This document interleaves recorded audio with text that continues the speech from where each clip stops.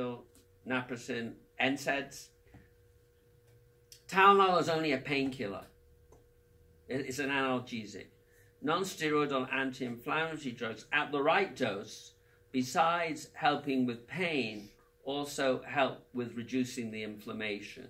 So for patients who have, say, rheumatoid arthritis, which is an inflammatory condition of the joints, they need to take high doses of that, not just to help with the pain, but to also reduce the inflammation of the joints. But I think nowadays there's so many other better drugs available that if you're needing to take high doses of non-steroidals on a regular basis, you need to be talking to your doctor about other alternatives. Ian has a question. Have you thought about putting out, publishing a newsletter to cover some of these things? No, definitely not. It might bring you to a lot of business. Fortunately, I'm living in, I work in Palo Alto. That's so. You from La Jolla, from Adat Yeshurun, or you are from San Francisco, or are you from South Africa? I'm from England. Okay. But when we first came to America, I was doing a postdoctoral research fellowship at UCSD, and at that time, Adat Yeshurun was just beginning to start. I think they started in Pesach, and we were there for Sukkot. Diane has a question. Yeah, a question. We do eat lots of fruits and vegetables, but people have told me, if you're not eating organic, you're not getting nutrition. This is very the golden nugget. Yeah.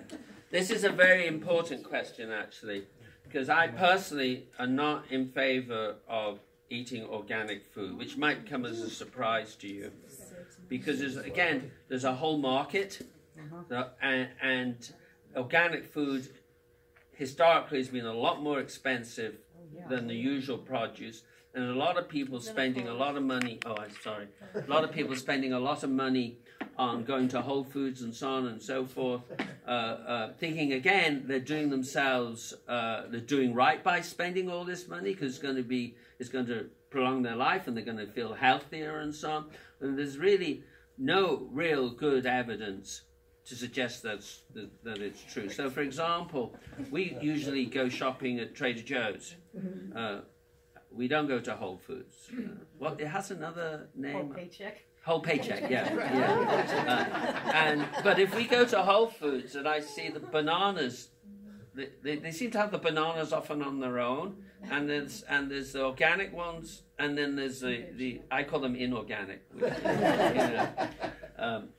I always go to the inorganic bananas at 19 cents each or whatever. Trader Joe's sells organic and inorganic. No, I'm saying. Yeah. Yeah. Oh, I thought you said I go to Foods. the 19 cents. Yeah. The cheaper one. They look nicer. You need to explain why from that professor. No, I will. So there's been two studies. When I first came to Stanford at one of the grand rounds, this is in the early 1990s, there was a guy called Professor Ames. Now, he's actually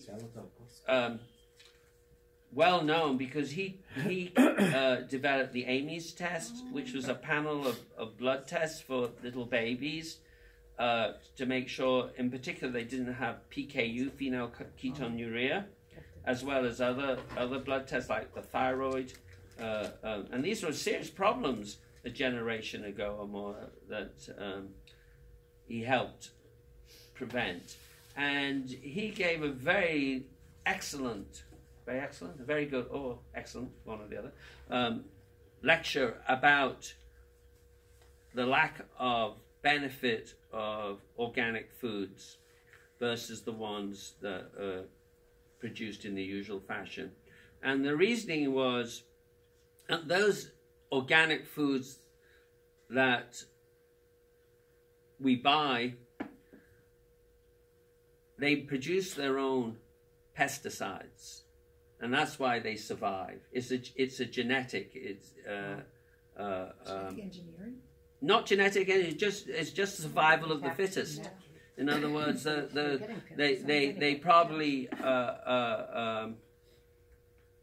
you get one luscious organic apple, and then you mix it with one that's not so luscious, and then you get these strains. So you're eating the pesticides, not just on the skin.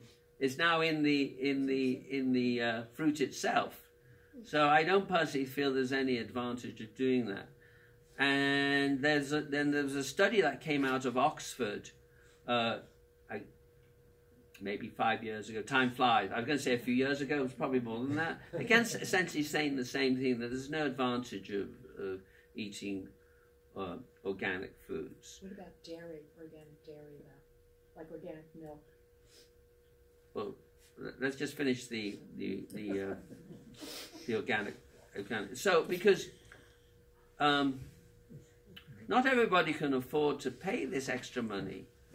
And if you remember when the organic foods first came out, they looked really horrible. You don't see that so much anymore. And that is because they've got all this, they've cross bred the apples and the oranges. So the more luscious it looks is probably the more pesticides it has inside.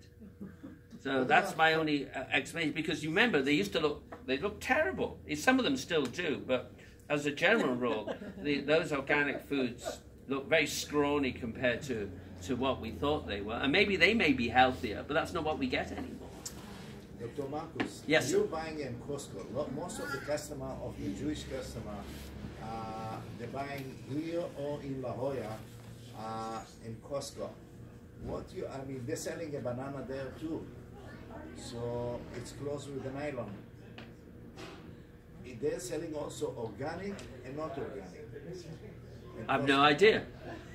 What it will say on the label, but I have no idea. You may have to ask Joanne that question.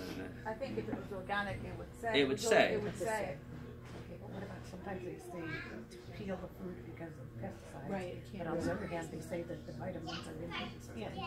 So what's the answer? Half peel it. Well, I want to thank Dr. Marcus and Mrs. Marcus, Joanne, for a magnificent, magnificent morning. And I also want to thank Rabbi Hollander for setting us off in the right direction.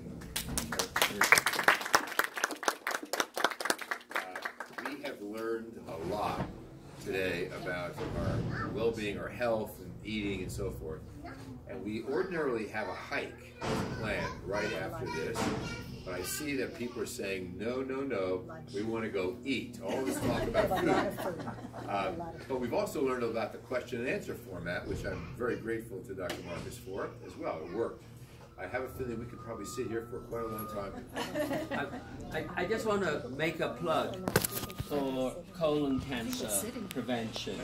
This is probably, we spend a lot of time talking about gastric cancer. We don't really see it very much in Jewish population, at least anymore. But colon cancer is something very different. There's a slight predisposition in Ashkenazi Jews to colon cancer. It's not enough for us to want to change the guidelines, but if you haven't had a colonoscopy at age 50, irrespective of whether you're having symptoms or otherwise, you must have it.